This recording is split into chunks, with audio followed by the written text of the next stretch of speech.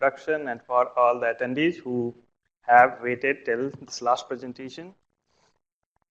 So today I will be talking about the application of how you can use quantitative clinical pharmacology in the development of long-acting injectable drug products. And before I do that, this is my disclaimer that these are just my views. This should not be construed as the views of the agency. So during my talk, I would first give a brief background about the long-acting injectable products and what are the challenges and how we can use quantitative clinical pharmacology as an opportunity to address those challenges. And then I'll discuss a case study using one of the long-acting injectable drug products, paliperidone, and how you can use virtual B trial to increase the efficiency of B study. So this is a very nice article published in New York Times, which highlights the impact of non-adherence to prescription drug medicine. It is estimated that around 20 to 30% of the prescribed medications are not filled, never filled, and around 50% of the medications for the chronic diseases are not taken as prescribed.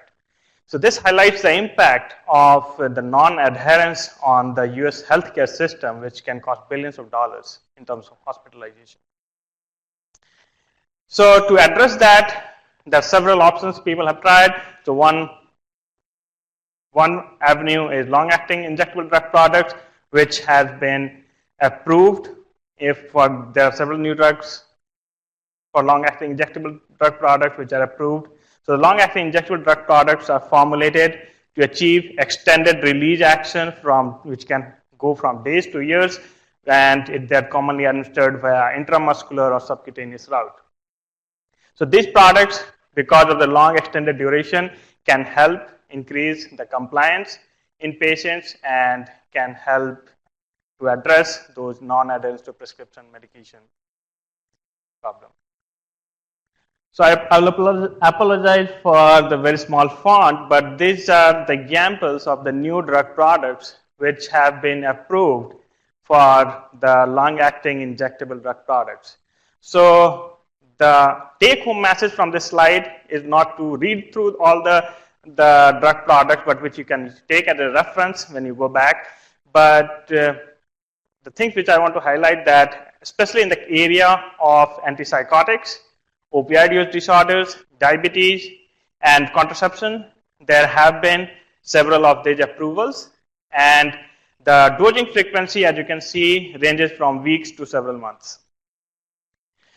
The most important point for this audience I want to highlight is if you look at the approved generics for the long-acting injectable drug products, and except one NDA, we have not seen any generic competition in this long-acting injectable drug product segment. So which highlights the very important opportunity for the generic drug development industry, and also indicate what the challenges. There are several challenges which can lead to non-availability of long-acting injectable drug products in this space. So the long-acting injectable drug products by design have long apparent half-lives. So it may take several half-lives to achieve steady state. So for example, if a drug is indicated for 3 months, approved for dosing for 3 months, it may take almost 4 or 5 half-lives, apparent half-lives to reach steady state. And for a lot of these long-acting injectable drug products, because of the safety consideration, our product-specific guidances have recommended steady state studies to be conducted in the patient population. So that also, because of long durations of these bioequivalence trials, there are a lot of high dropout of the subjects from these studies, and that also creates some challenges for the long-acting injectable drug products. Our product-specific guidances for the long-acting injectable products also have some specific languages about the individual subjects the sponsor have to ensure that the individual subjects have attained steady state, and then after that they can be used for the bioequivalence comparison. So with challenges, there are always opportunities. So the opportunities I would like to highlight about the role of quantitative clinical pharmacology to address those challenges. So quantitative clinical pharmacology can be used to optimize the bioequivalence trial designs because all these clinical studies are several months long. So if you are doing a clinical study and it fails, it's a lot of you lose a lot of time and money in that process. So it's always good to use modeling and simulation to design a very good robust study, then enter into the clinical study. It can be used, as I said, for sample size, adequately powering your study design. You can also simulate different scenarios, what would be a bioequivalence or bio-non-equivalence space. And you can also use modeling and simulation to come to the agency to justify a alternative B study design, which can be much shorter in duration. So the example I will be discussing today is paliperidone palmitate. So paliperidone, I'll briefly discuss the history of this product. So paliperidone is an extended release, once a day oral tablet, and it's a 9-hydroxymetabolite of risperidone, which these are all developed by Janssen. And after the oral drug product was approved, then the RLD holder came with a once a month long-acting injectable drug product. The brand name is Invega Sustena, and then after that, they came up with a 3-month monthly injection, which is Invega Trinja. So, paliperidone palmitate is an antipsychotic drug product which is indicated for schizophrenia in adults and is also indicated for schizoaffective disorders in adults as monotherapy and as an adjunct to mood stabilizer for antidepressants. So the dosing recommendation in the FDA label is, as you can see from the slide, there is a loading dose for dose initiation, and so that you can reach the maintenance dose much faster. Day 1 with a higher dose of 150 mg equivalent, at day 8 at 100 mg equivalent, and then a maintenance dose from 25 to 150 depending upon how the patients. So this audience does not need an introduction to product-specific guidance, but so I'll briefly go over it. The product-specific guidance is our agency, FDA, OGD, our office publishes routinely, which is intended to help the generic drug industry to identify the most appropriate methodology for submitting an ANDA. And PSG describes our current thinking about the therapeutic equivalence, which is equal to pharmaceutical equivalence and bioequivalence. And for two products to be considered bioequivalent, there should be no significant differences in the rate and extent of absorption of the active moiety, which are usually measured by Cmax AUC, and agency can recommend other metrics like partial AUC as well as other considerations. So this is the product-specific guidance for the paliperidone palmitate, which is a long-acting injectable drug product, which is approved to be administered every month. And in the guidance recommends a steady-state bioequivalence study, which is recommended in patients due to safety reasons. And it has also specific languages that the individual subjects should attain steady state for bioequivalence assessment. So for these kind of products, what we have seen in the past, the questions being asked to the agency through control correspondence or pre-NDA meeting is what is the adequate number of doses which can attain and confirm steady state? Is the proposed sample size sufficient? Is the PK sampling scheme design appropriate? So these are some of the common questions which can be easily answered by applying quantitative clinical pharmacology for generic drug development. So the brand drug, the RLD drug products also nowadays they use modeling and simulation extensively in their product development, and they're routinely submitted, reviewed by the new drug review divisions, Office of Clinical Pharmacology, and the models are also published by the sponsors, which are publicly available in the literature, as well as they are also publicly available in the clinical pharmacology reviews for those NDAs. So from those, if you can identify the key model parameters which can influence the rate and extent of absorption, because that is the main feature which is changing from the RLD versus a test product, the API remains the same. Those can be identified and different scenarios can be simulated to support your alternative B proposal. A virtual B trial simulation can also be conducted to take those formulation factors into account, which would most likely influence your rate and extent of absorption. So for paliperidone palmitate 1 month injection, this is some of the resources which are already available publicly. So the sponsor has already published their model in the literature. And if you can also go at drugs at FDA for that particular NDA and look at the clinical pharmacology review. And they have the pharmacokinetic model as well as parameters already published. And the RLD holder has extensively used modeling and simulation for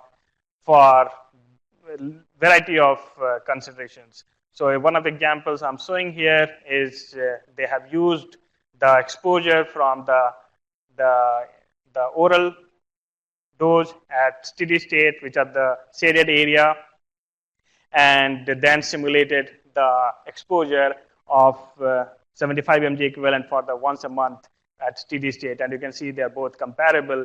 It was also used to answer questions like what would happen if the patient decide that I no longer wanted to use long-acting injectable of paliperidone, I want to switch to another dosage form. So then in this case, they use simulation to support that a switch between their paliperidone palmitate long-acting injectable to a different formulation, risperidone, can be done without any requirement of any loading dose.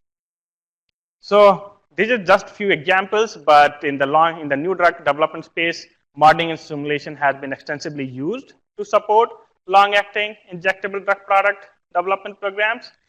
And the generic drug development industry can learn from what had been done in the past and can incorporate some additional features in that model to support the alternative B study designs. So in this example,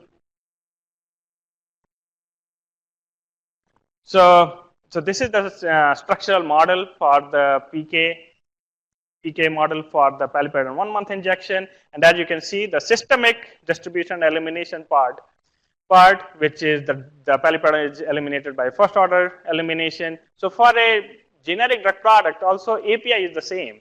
So those parameters should not change. And for what would mainly differ in the generic drug product is the absorption component, that the formulation may be slightly different. It can impact the rate and extent of absorption. So those things can be tested by identifying appropriate PK parameters which represent those rate and extent part of the formulations. So this is one example where I used the publicly available information reported in the literature as well as in the public level ClinPharm review, and you can also look at our product-specific guidance for the paliperidone palmitate, which recommends I think 100 mg equivalent dose, and this is a simulation for the virtual B trial. At day 1, the loading dose of 150 mg, at day 8, a loading dose of 100 mg, and then the maintenance dose of 100 mg equivalent for 4 other dosing duration. And the shaded area is the 90% confidence interval bound for the RLD paliperidone exposure. And then the blue shaded area is the test product 90% confidence interval, which in this case I've assumed, for example, there is a difference of 10% in the bioequivalence for the test product. And so these simulations you can do to test at what would be the probability of the subject who would achieve steady state after different dosing duration. And once you have characterized that, you can conduct the bioequivalence virtual BE to find out what would be the B parameters metrics for UC during dosing interval or Cmax, what is required in our product specific guidance, and if they are within, what is the probability of success. So these virtual B trials simulations can help you to identify the number of subjects which are more likely to achieve steady state at different dosing durations, what would be the appropriate sample size, how many doses will lead to the steady state, what would be a adequate optimum sampling time points, but to characterize all these B parameters. And you can also use this for more like proposing alternative B studies or scenarios to support your alternative study designs. So this overall, this process helps you in gaining more confidence as well as more probability of success of these long bioequivalence trial studies. So there are other opportunities, as I have said, that you can use it to what agency recommends is based on the current science and our current understanding, but the industry can also contribute by adding their own knowledge. You can come up with a different study design which can be much shorter in duration. And for this, we have, at least from our side, we are also actively looking into it because we understand this is a very important therapeutic area and there is a lack of access in this disease or in this product category. So we have collaborated with the University of Uppsala to look at different study designs using modeling and simulations, which we can use to support our guidance and recommendation. The other avenue can be that a bottoms-up approach where you can include the more mechanistically the critical quality attributes of the formulation and then incorporating different like in vitro dissolution and other experiments to predict what the B would look like, which I think Eleftheria Ross has already discussed in the presentations before. Similar technique can be used, PBPK, to support long-acting injectable drug products. So this is just to highlight, we have been actively working in this area and we have recently awarded a contract to Uppsala University for using modeling and simulation to come up with different B trial study design which can reduce the trial duration. We are also working with the University of Utah with the clinical study as well as Simulation Plus. We have worked in the past for development of PPK, how it can be used to support long-acting injectable drug products. And this is also open to everyone. If you can find out any like the challenges I have already discussed, and you can also go at our regulatory science webpage, and if you have any good idea, proposal to help in this area, you can submit your proposal. So in summary, quantitative clinical pharmacology provides an important tool for to support generic drug development. This has been already shown to work in the new drug development space. So I would encourage the industry, generic drug industry also, to take this tool into consideration. And this can be very effective in proposing alternative B approaches to adequately powering your sample size, adequately designing your adequately designing your B studies, and ultimately our goal as an industry goal is to get increased access of these products category to the American public. So with that, I would like to thank, and these are some useful resources which everyone has talked about in last 2 days. And if you have very interesting ideas, or if you are using modeling and simulation to support long-acting injectable drug products, feel free to contact the FDA through the pre-NDA program. And with that, I would like to acknowledge Lucy, who has been very supportive and contributed in this project, and our Huizen, our Rice Fellow, and our DQMM leadership, MJ Liang, and our quantitative clinical pharmacology team, our collaborators in the Division of Therapeutic Performance, Yan and her team, and our office leadership for encouraging us to come up with innovative ideas to support and help generic drug industry, Lei and Rob, and our colleagues in Office of Clinical Pharmacology who have actively collaborated and provided their input on these projects, as well as our external collaborators, Uppsala Simulation Plus and University of Utah. With that, thank you everyone for the attention.